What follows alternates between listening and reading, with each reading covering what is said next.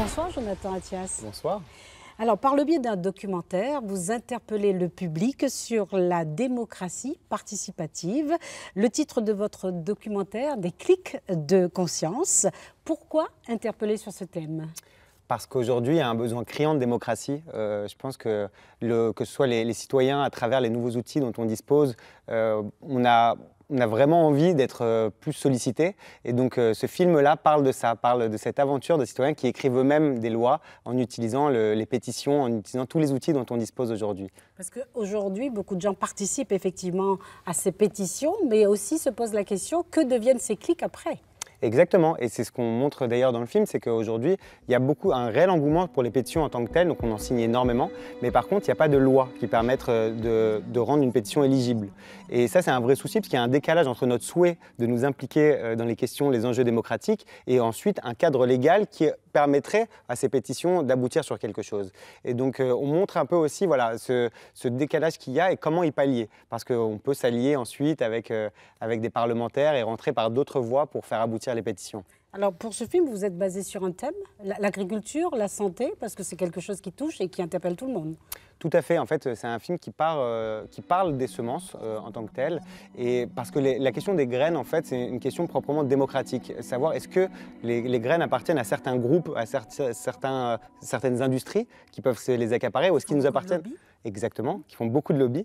Et donc, ou est-ce que ces graines appartiennent à chacun d'entre nous ? En tant que citoyen, on a une question à se poser. Pour préserver la biodiversité, on a un rôle à jouer. Et nous, on s'est sentis portés par ce rôle-là, qui était de se dire, nous, on va représenter les citoyens, nous aussi, on va monter un lobby, sauf que ça va être un lobby pour le bien commun, un lobby pour l'intérêt général. Et ce film montre un peu tous les écueils par lesquels on peut passer pour essayer de faire aboutir une loi.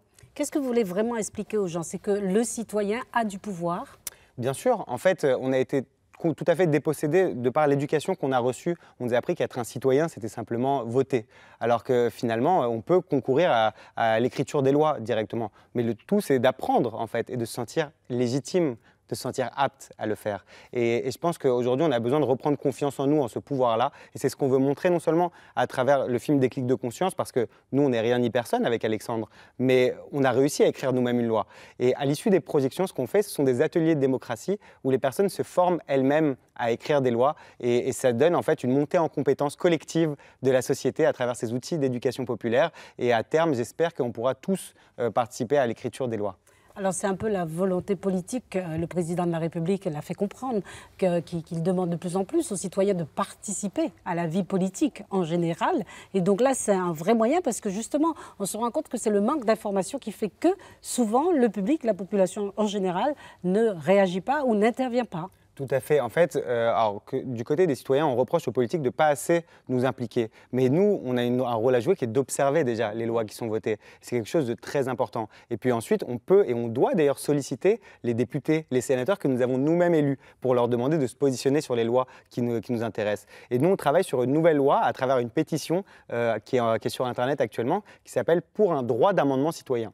Un droit d'amendement citoyen, ça permettrait à chacun d'entre nous, vous et moi, de pouvoir écrire une loi et de la soumettre directement à l'Assemblée nationale et au Sénat, avec des filtres à atteindre évidemment, mais pour nous impliquer réellement dans le jeu démocratique. Et je pense que le président ou le président de l'Assemblée nationale sont très intéressés par ces mécanismes de droit d'amendement citoyen, et je suis persuadé d'ailleurs qu'ils l'inscriront dans la Constitution dans l'année à venir. Alors vous avez sûrement, donc on parlait des politiques, vous en avez rencontré, est-ce qu'ils vous écoutent ? Alors effectivement, il y a de plus en plus de parlementaires, de ministres qui sont à notre écoute, d'une part parce qu'une pétition, ça mobilise beaucoup de monde, et quand on vient avec ce poids de pétition, on sait qu'on a des dizaines de milliers de personnes derrière nous qu'on représente, il y a ça. Il y a le fait aussi qu'on filme cette expérience, donc on force à une certaine transparence, et puis on comprend bien aussi qu'il y a une réelle volonté de la part de nous, citoyens, de rentrer dans ce jeu politique, et donc il va falloir travailler. On ne peut plus laisser le politique d'un côté et le citoyen de l'autre. Il va falloir nécessairement une réconciliation si on veut que la démocratie puisse prendre tout son sens, parce qu'aujourd'hui, ce n'est pas vraiment le cas. Et on sent le vent tourner du côté des politiciens et on a envie de travailler en bonne intelligence avec nous.